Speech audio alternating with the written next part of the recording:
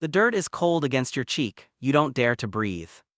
The air in Laconia is freezing at midnight, but you are sweating. You are a helot, a state slave, and right now you are outside your designated zone. You press your body flatter into the brush. The rough fur of your cap, made from the skin of a dog, scratches your forehead.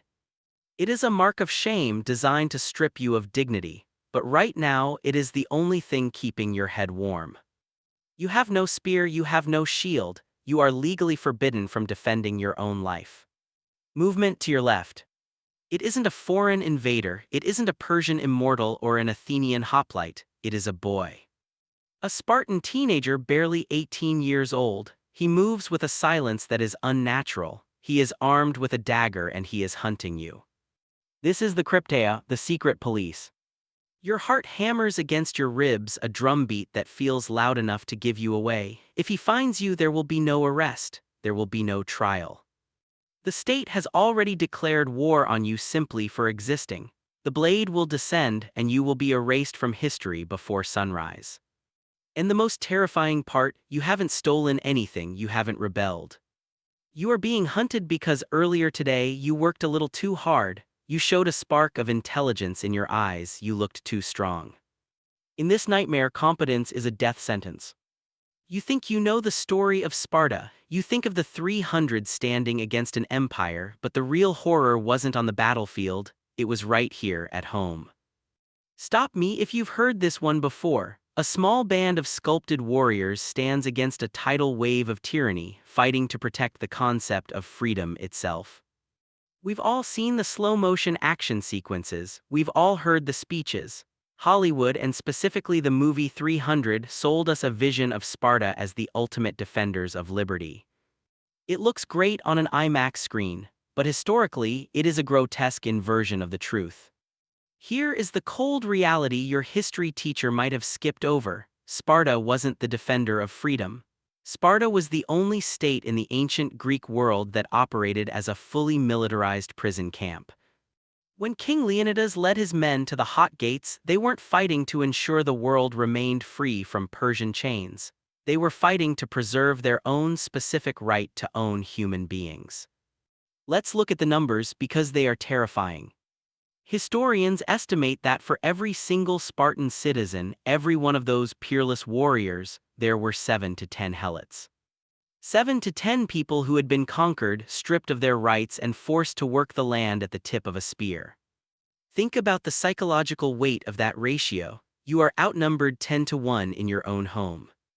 This changes everything you understand about their culture. The famous Spartan military discipline, the brutal training, the rejection of wealth. It wasn't about honor, it wasn't about conquering the world, it was about survival. The Spartan war machine was built for one primary purpose, to keep the helots from rising up in the night and taking their lives. This wasn't a society of fearless heroes, it was a society paralyzed by the absolute terror of their own victims. To understand the scale of this nightmare, we have to look at how it began, and it didn't begin with a slave market. In the rest of the ancient world, if you were a slave, you were usually a stranger in a strange land. You were captured in a distant war, dragged across the sea, and sold to a master who didn't speak your language. You were isolated. Sparta did something different, something dangerous. They looked at their neighbors in the fertile region of Messenia, marched over the Taygetos mountains, and conquered the entire nation. They didn't drag the population back to Sparta, they simply enslaved them right where they stood. The helots weren't bought. They were a conquered people living under perpetual military occupation on their own ancestral land. They worked the fields their grandfathers had owned, looking up at the mountains where their oppressors lived. This arrangement created a unique economic engine. The laws of Sparta were explicit. A Spartan citizen was forbidden from working, they could not trade, they could not farm, they could not touch money, their only profession was war. But soldiers need to eat. So, the helot population became the battery that powered the Spartan military machine. They produced the grain, the wine, and the oil. Every hour of leisure a Spartan enjoyed to practice his swordsmanship was bought with the stolen labor of a helot family. And because this system was so vital, the ownership structure was cold and absolute. A helot didn't belong to an individual master, they belonged to the state. This meant there was no way out. A kind master couldn't free you because he didn't own you, Sparta did. The state decided where you lived, who you married, and when you died. But here is where the tension reaches its breaking point. The Helots weren't barbarians from the edge of the known world, they were Greeks. They spoke the same dialect, they worshipped the same gods, they recited the same Homeric verses.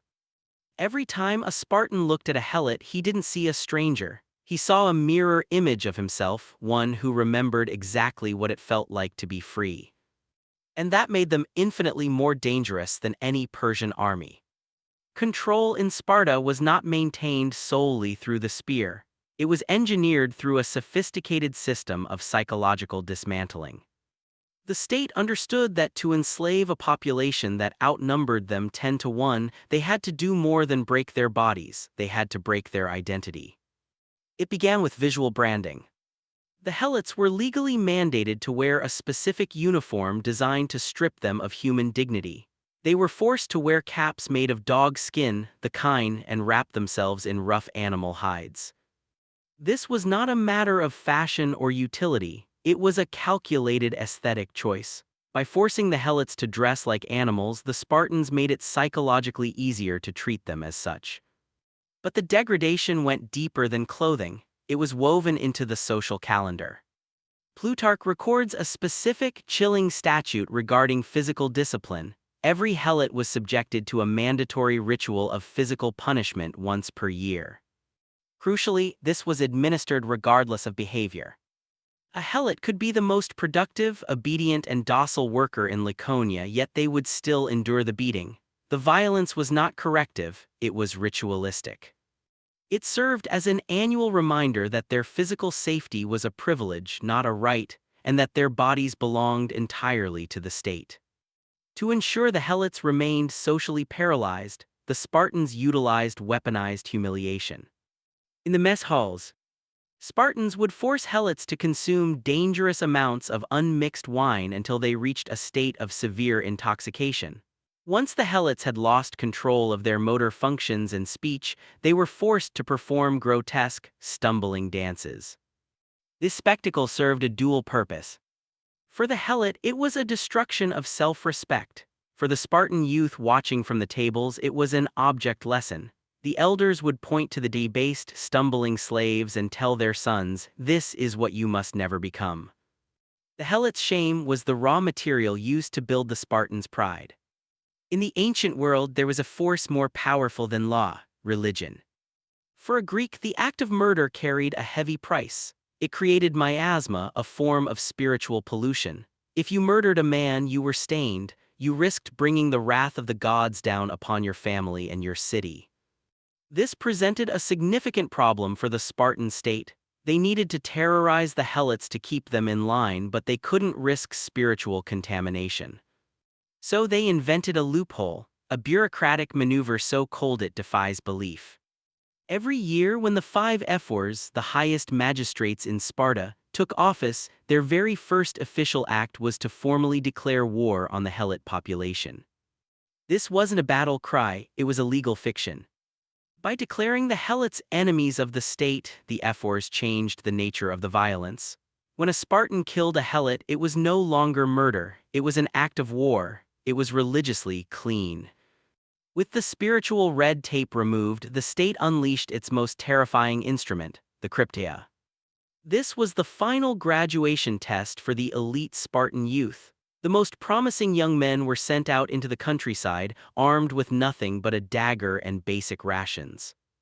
Their orders were to survive off the land and remain unseen. By day, they hid in the scrub watching the fields, they observed the workers. They looked for the Helots who stood a little too tall, the ones who organized the harvest a little too efficiently. By night they descended. This was not a police force rounding up criminals, it was a culling. The Krypteia did not target the weak, the sick, or the lazy, they targeted the best. If a Helot showed physical strength, he was marked. If he showed intelligence or leadership potential, he was marked.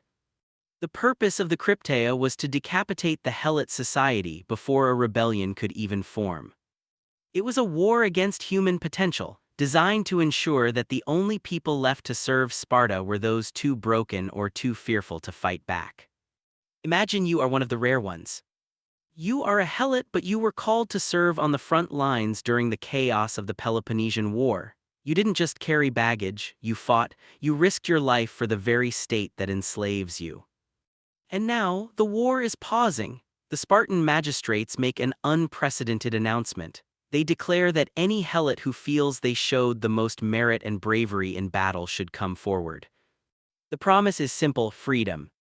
You hesitate, it feels like a dream, but you look at your scars earned defending Sparta and you believe you have paid the price.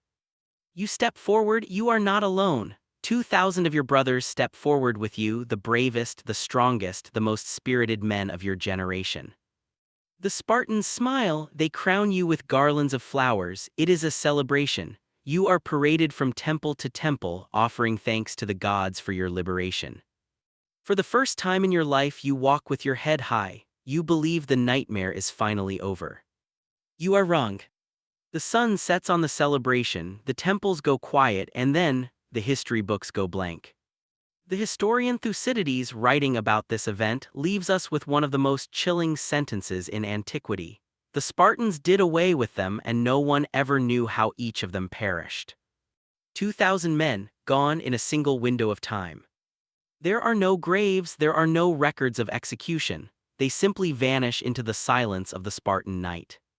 It creates a sickening realization in the pit of your stomach. The offer of freedom wasn't a reward, it was a filter.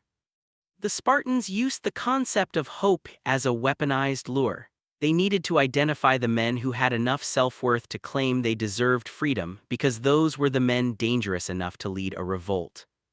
They identified the leaders, they celebrated them, and then they liquidated them. In the end, it wasn't a foreign empire that broke Sparta, it was the weight of their own sins. The system was so rigid, so terrified, that it became brittle. The first major crack appeared in 464 BC. A massive earthquake devastated the region, toppling the stone buildings of Sparta. In the dust and chaos, the Helots looked at their invincible masters and saw them bleeding, buried, and screaming. The illusion of godhood vanished, the Helots rose up. This revolt, the Third Messenian War, terrified the Spartans so deeply that it exposed their crippling paranoia to the world. At first, they begged Athens for military aid. But when the Athenian soldiers arrived, men who lived in a democracy, the Spartans panicked. They realized that if these free-thinking Athenians saw the reality of the slave camps, they wouldn't help Sparta, they would switch sides. Sparta sent their allies home. They chose isolation over exposure. They chose to rot alone rather than let the world see the truth. But the final death blow came a century later, in 371 BC, at the Battle of Leuctra. The Theban general Epaminondas didn't just defeat the Spartan army on the field, he dismantled their entire civilization. After breaking the Spartan phalanx, he marched his army straight into Messenia. He didn't burn Sparta to the ground, he did something far more destructive to their way of life. He declared the Helots free. He oversaw the construction of a new, massive fortified city, Messene, on the slopes of Mount Ithome. For the first time in centuries, the people of Messenia had walls to protect them from the Spartans. The result was instantaneous. Without their slave labor force to work the fields, the Spartan economy collapsed. The warrior elite, incapable of feeding themselves, withered away. Sparta didn't fade slowly, it evaporated. It proved once and for all that Sparta was never a self-sufficient superpower. It was a parasite, and once the host was removed, the beast starved. We look back at Sparta today and we see a mirage. We see the abs, the spears, and the one-liners about glory. We see a utopia of discipline. But when you strip away the propaganda and look at the foundation, you realize that Sparta wasn't a fortress of strength. It was a fragile glass house built on a foundation of absolute terror. The irony is tragic. The Spartans sacrificed everything that makes life worth living. They produced no great philosophers, no tragic playwrights, no marble wonders like the Parthenon. They killed their own individuality and turned their city into a barracks, all in the name of building the perfect military state. And yet, they were defeated not by a superior army but by their own rigidity. They were so terrified of their own shadow, so paralyzed by the fear of the people they oppressed that they forgot how to evolve. History teaches us a brutal lesson through the silence of the Helots. A society that requires a permanent, suffering underclass to function is not strong. It is already dead, it just hasn't hit the ground yet. Sparta spent centuries holding the chains, never realizing that they were just as bound by them as the slaves they watched. But who was it that finally broke them? Who was the genius who marched into the heart of the beast and set the captives free? It involves a band of 300 warriors, but not the ones you think. If you want to know the true story of the sacred band of Thebes, the army of lovers that destroyed the myth of Sparta, click this video right here. I'll see you in the next archive.